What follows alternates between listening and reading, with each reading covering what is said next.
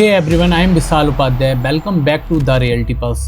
तो दोस्तों, अब बात करते हैं एक ऐसी खबर की जो हाल ही में न्यूज में रही है।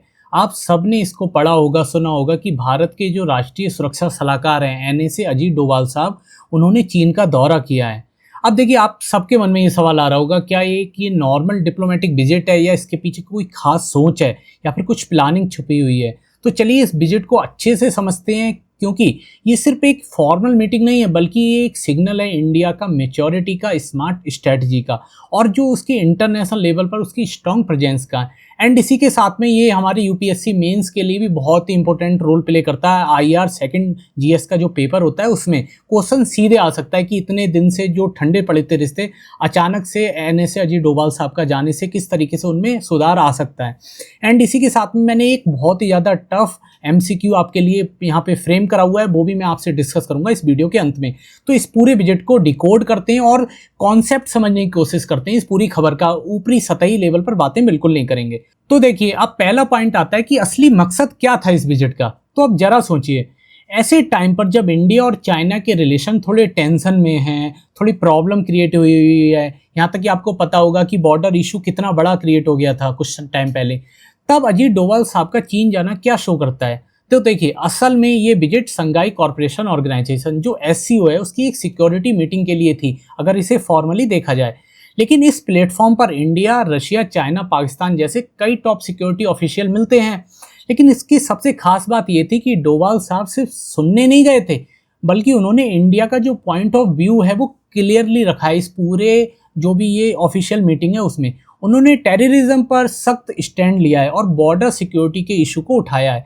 बिना डायरेक्टली बोले इंडिया का इंटरेस्ट को प्रोटेक्ट किया है। मतलब वो सीधे पाकिस्तान के बारे में नहीं बोला, इनडायरेक्टली बहुत अच्छे से पाकिस्तान के बारे में उन्होंने कहा है कि किस तरीके से वो टेररिज्म को सपोर्ट करता है, और टेररिज्म को सपोर्ट करे हुए पाकिस्तान को चाइना किस तरीके से सपोर्ट करता है।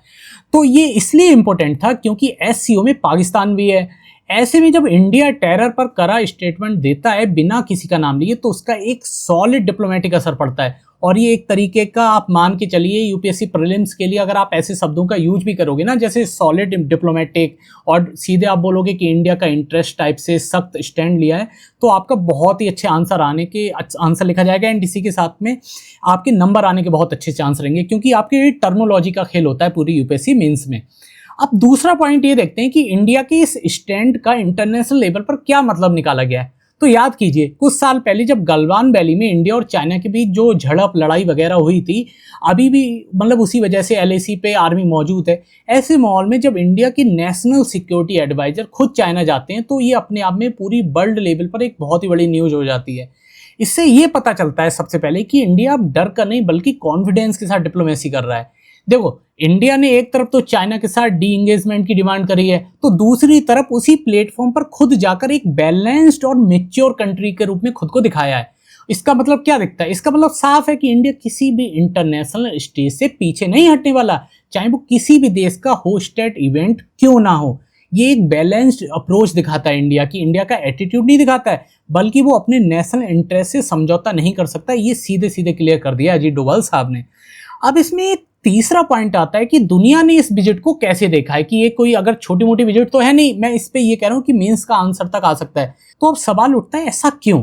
तो देखो, सिंपल है भाई, इंडिया अब सिर्फ रीजनल नहीं बल्कि इंटरनेशनल स्ट्रेटजी का एक अहम हिस्सा बन चुका है।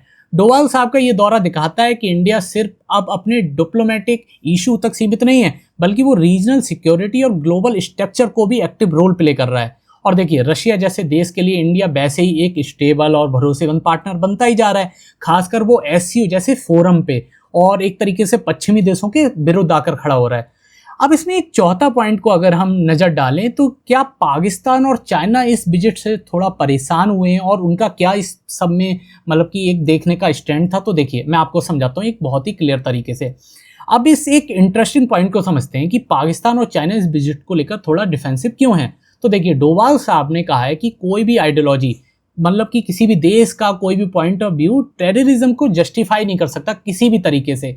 ये लाइन सीधे पाकिस्तान की ओर इशारा कर रही है, इतना तो आप सब समझ गए होंगे। और चाहे वो नाम डोभाल साहब ने लिया हो या ना लिया हो, अब सोचिए, इंटरनेशनल स्टेज पर बैठकर पाकिस्तान के सामने उसके कई कामों को हाईलाइट करना, उसके गंदे नीच वाले कामों को हाईलाइट करना, इसे कहते हैं साइलेंट डिप्लोमेसी का असरदार इस्तेमाल।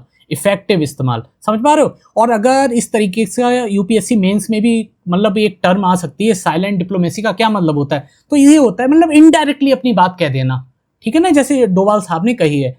अब देखिए यहाँ पर आप समझ पा रहे होगे किस तरीके से ये पूरी मतलब कि न्यूज को मैंने कवर करा है और कौन कौन से पॉइंटों को लिखा है। अब इसी के साथ में मैं आपको एक यूपीएससी प्रीलिम्स के लिए एक मैं क्वेश्चन आपके सामने रख रहा हूँ। इस क्वेश्चन को आप डील करिए कि ये किस तरीके से क्वेश्चन बना है। अगली वीडियो में मैं इसका आंसर भी आपके सामने लेकर आऊंगा। तो देखिए क्वेश्चन ये है कि जो संघाई सहयोग संगठन एससीओ है उसके संदर्भ में निम्नलिखित कथनों पर विचार करना है, ठीक है, और उसमें से कितने सही हैं ये आपको बताना है।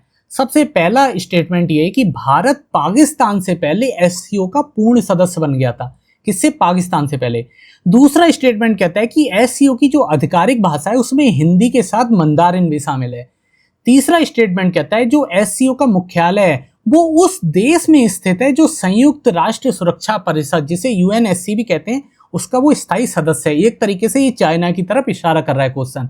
अब इसके विकल्प भी आपके सामने हैं कि केवल कोई एक, केवल कोई दो, केवल कोई तीन और कोई नहीं। तो इसका आप आंसर दीजिए कमेंट सेक्शन में। अगली वीडियो में मैं इसे क्लैरिफाई करूंगा एंड इसका एक स्टेटमेंट आपके सामने प्रेजेंट भी करूंगा। तो इसी के साथ में मिलते हैं हम नेक्स्ट वीडियो में। आई होप आपको ये वीडियो पसंद आया होगा। इसे लाइक कीजिए, सब्सक्राइब कीजिए और इसी तरीके से यूपीएससी के लिए जो जो इंपॉर्टेंट टॉपिक है उनको मैं कवर करूंगा इस पूरे चैनल पर। तो इस वीडियो को देखना मत भूलिए, इसे लाइक कीजिए, प्यार दीजिए अपना। मिलते हैं नेक्स्ट वीडियो में, तब तक के लिए नमस्कार।